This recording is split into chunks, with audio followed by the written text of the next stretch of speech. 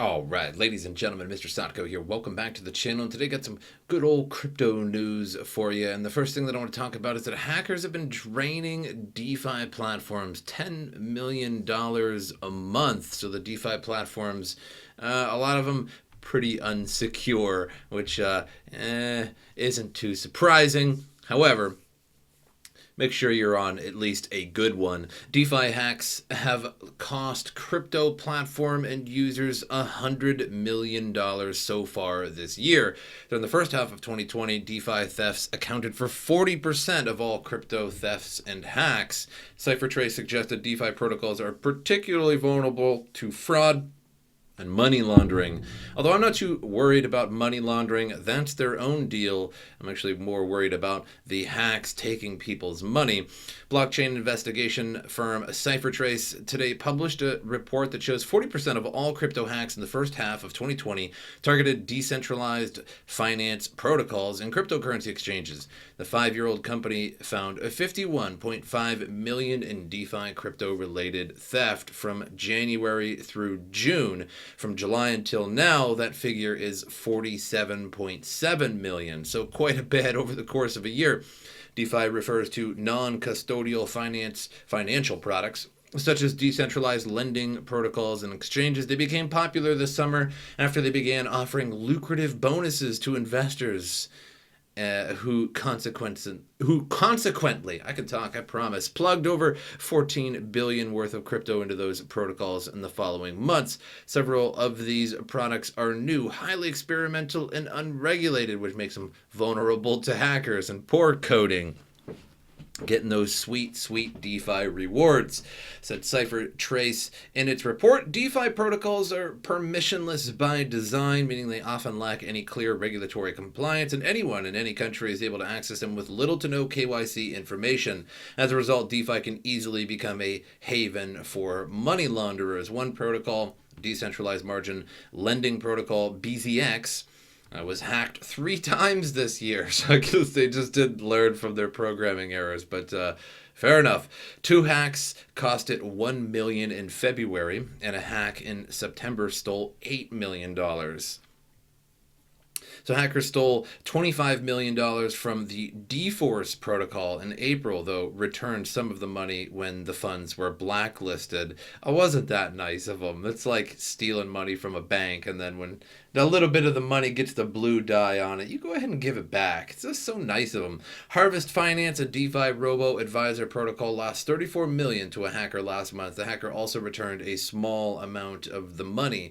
What's with these hackers returning a small amount of the money? It's really strange. I guess if you blacklist it and then you can't really put it anywhere, but couldn't you just put it through yet another DeFi platform and sell it that way? I mean, it's kind of strange. I mean, if the DeFi platforms are truly DeFi, then blacklisted money wouldn't really matter, would it? But returning some of this amount of the money, I don't get it. I mean, if you're going to go through the process of stealing it, why return some of it? I don't know. CipherTrace said that the proportion of funds lost to DeFi hacks and thefts declined in the second half of the year due to the KuCoin crypto exchange attack, in which almost 281 million worth of cryptocurrency was stolen. Much of that crypto was eventually blacklisted and rendered obsolete, but the hacker continues to sell some of the funds. Again, on those DeFi platforms, probably. And that's really unfortunate about KuCoin. I actually never made a video on that KuCoin crypto exchange attack. They did lose $281 million, but no users actually lost any money. They were insured. KuCoin is actually a reasonable exchange, and I find that disappointing that they were hacked, because I actually trade on KuCoin from time to time. I kind of like their medium liquidity. I'm not really shilling for them right now. If I did, there'd be a noise. Little shill link and registration link in the description below, but not today, KuCoin, not today. But yeah, really unfortunate, because it's actually a reasonable exchange, and but they were insured, and so all that money came back, and no actual users on the platform lost any money. It was just essentially out of KuCoin's wallets themselves. So Oh well. The blockchain investigation firm said that if the DeFi industry doesn't find some way to keep its smart contract shipshape, it's likely DeFi will continue to suffer from the consequences resulting from vulnerabilities, fraud, and money laundering. Well, right now, DeFi is sort of kind of bubbling down just a little bit. It's cooling off a little bit. There's still quite a bit of money, moving in and out of DeFi, and I think that DeFi's future is not over yet. I think it's just beginning. I think DeFi will become greater in the future. I think it'll be bigger and bigger and bigger. But right now, with Ethereum 2.0 on the horizon, and speaking of that, our next article on that, but with Ethereum 2.0 on the horizon, everyone's taking it off DeFi platforms and off major exchanges. I would imagine that some major exchanges are going to do staking rewards. So however much Ethereum you might have in like your Coinbase wallet, I don't think that's actually confirmed right now, but I would imagine in the future like Coinbase will take part in that. However, I do also imagine, I'm using imagine a lot, but I do also imagine that Coinbase in the future, when they start Ethereum staking, I would imagine. I can't stop saying imagine, but I would suspect. Let me go with suspect now that they're going to start doing that. But they're going to take forever to do that because Coinbase always takes a long time to do pretty much anything. It took them years to establish proper batching, and all kinds of stuff. So they're always really late to the show. But there'll be a lot of pools. And be careful in the future, too, because there's going to be a lot of pools. There's going to be a lot of people trying to get you to send Ethereum to pools in this place or that place to get you staking rewards and whatnot. And some of them are definitely going to be legit. I would imagine a lot of big of the exchanges are going to do it, just like Coinbase and probably Binance and various other ones. But a lot of people are going to be taking it off exchanges and off DeFi exchanges as well and putting them in individual validator nodes. And right now you have to put it in one deposit contract, so you can't really do it in pools and such. But in the future, there's probably going to be a lot of pools and things like that. But for now, Ethereum 2.0 deposits are at 10% of the launch threshold as the deadline approaches. The deadline is going to be December 1st.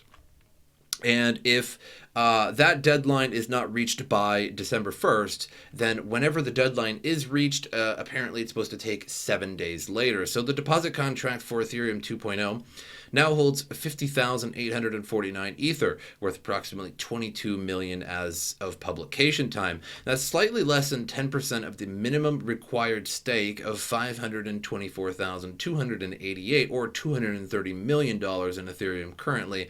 Ethereum 2.0 is set to launch on December 1st, but only if the minimum stake threshold is reached 7 days before that date. Again, so it's 7 days before the date, so it has to be reached before that. And then if it's if that doesn't happen, then it starts on December 10th. Like they get all the Ethereum on December 10th. It's 7 days after that date, apparently.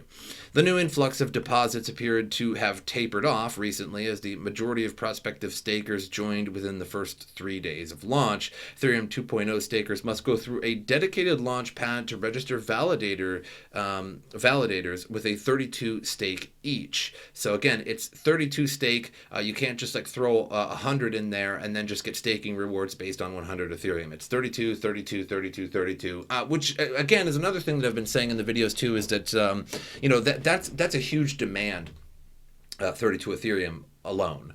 But if you have something like, let's say you have 40 Ethereum, well, you can do one validator node and you're going to have 8 left over that you really don't have anything to do with. So if you want to go out and buy, say 24 more Ethereum, and then you can have a second validator node. So you would actually have to go out and buy more if you want another validator node and you want more staking rewards. So that's going to incentivize people to keep getting little bits and try to make more nodes. While the same person or entity can stake more, they must set up multiple validators to do so. Staking yields are expected to be below 10%, but that number largely depends on the number of active stakers, as they will compete for the same rewards and new participants will lower the returns for others, which is naturally the way staking goes. Honestly, the way proof of work goes too. I mean, the less people mining, the more they're going to make, and the more people mining, the more the rewards are split out, if you're talking pool-wise. Most notably, Ethereum 2.0 deposits cannot be withdrawn or used until sometime between the implementation of Phase 1 and 2, which may take years. I've read that it's estimated as 18 months. It could be sooner than that. It could be longer than that. Knowing how fast Ethereum typically develops, or at least how fast Ethereum 2.0 is coming out, it's probably going to be a couple years, or at least at 18 months. And that's because you can't take your Ethereum back to the Ethereum 1 chain. So once it's in the deposit, you have to wait for Ethereum 2 chain to finally realize in phase 1 to be able to actually withdraw that, which is kind of interesting. It could be, maybe a significant deterrent for onboarding, as stakers will sacrifice liquidity for relatively low yields in an uncertain lockup period. But again, that's going to be locked up Ethereum. That's off the exchanges, off DeFi completely. And all of that is going to be off of exchanges and everywhere, unable to be traded and returned back into the flow of liquidity of Ethereum for a significant period of time. And that's going to be a big price increase for Ethereum, at least for a little while, as people are buying it, raising the price, taking it off exchanges. Because normally people are day trading. If you buy, even if you're trading a lot, like 100, you're buying 100, and then you're just essentially putting it right back on the exchange when you're selling it, buying and selling and buying and selling. But this is actually physically taking it off the exchange. So an informal poll held by Taylor Monahan, CEO of MyCrypto, seems to suggest that the majority of users would not consider it a worthwhile investment.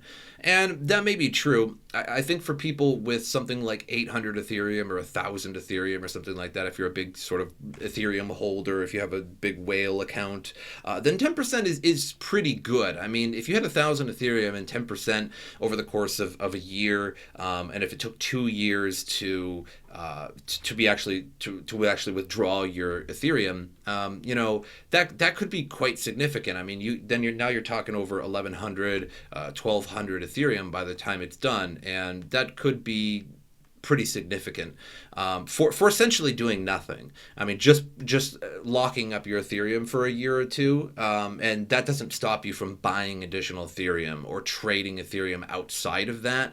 And then in 2 years, you get it all back, plus 100 or 200 Ethereum, depending on how long it's been in there.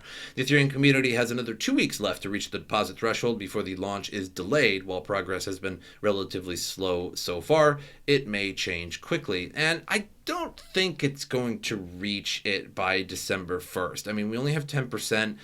It's November 10th right now. It's hard to say. So we'll see by then. But even if it doesn't reach it on December 1st, it's just going to delay it by a little bit.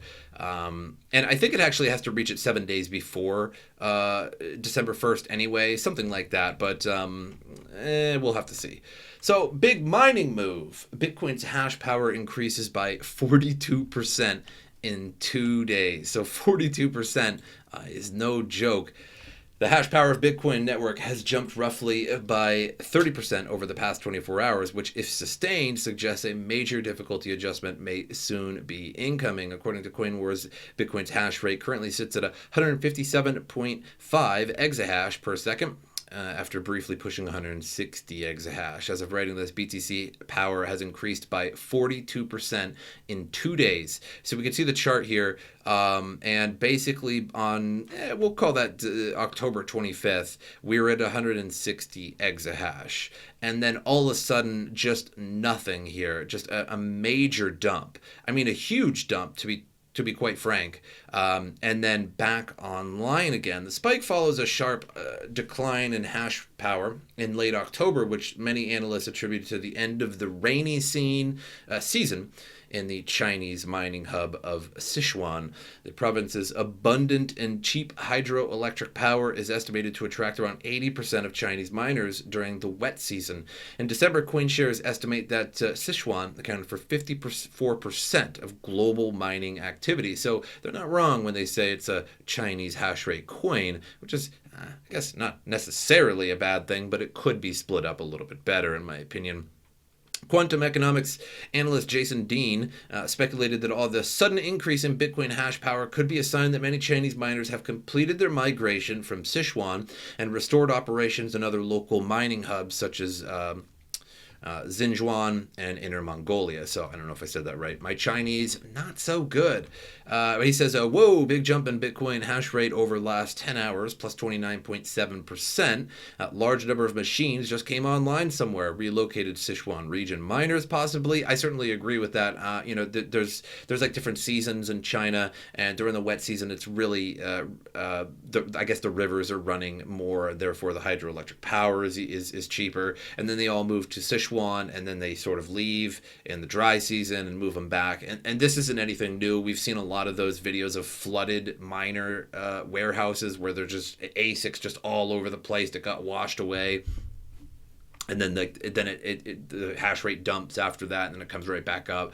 So the sudden spike in mining activity suggests the network is likely to produce another significant difficulty adjustment.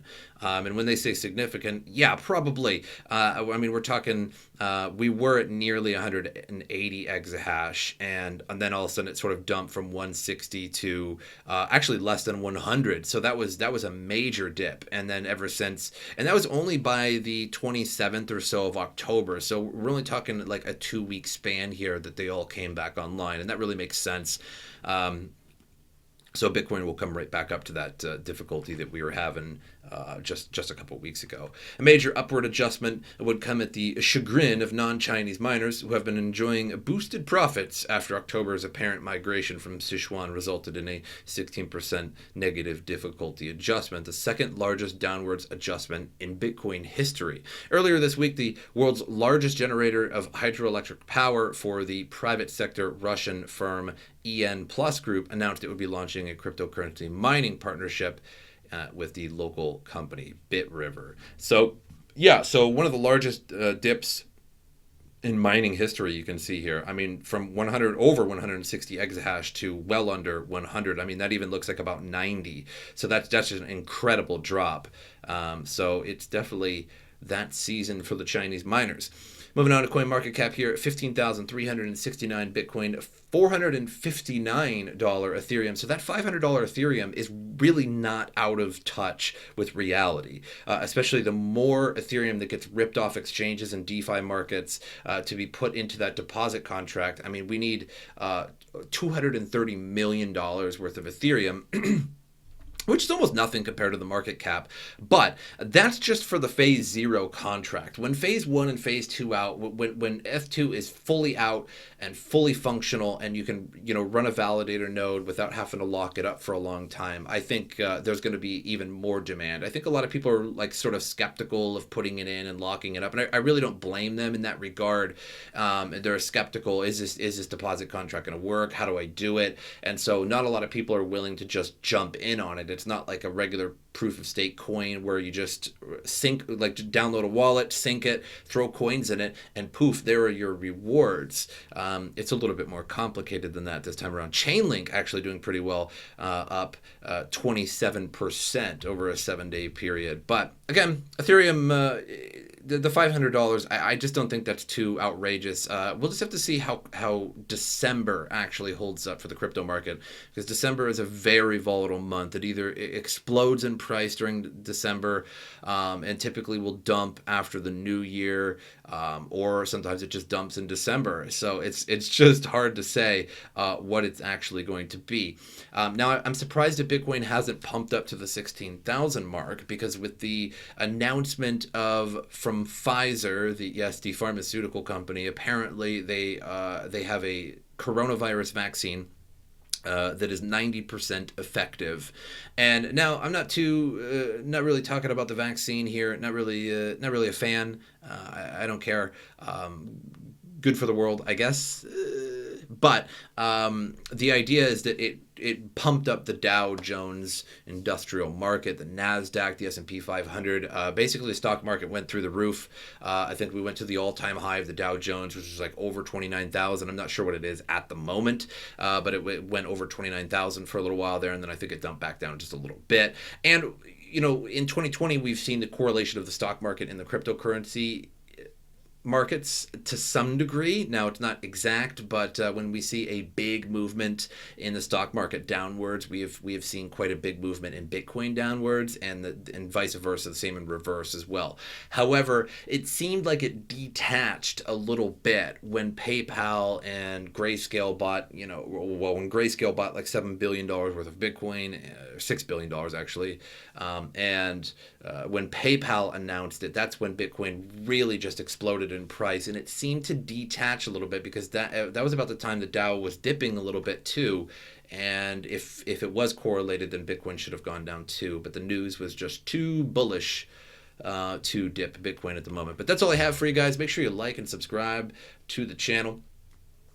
Share the video if you can. That helps me out a lot. My social media in the description below. Give me a follow on those if you get the opportunity to do so. But as usual, I will see you guys next time.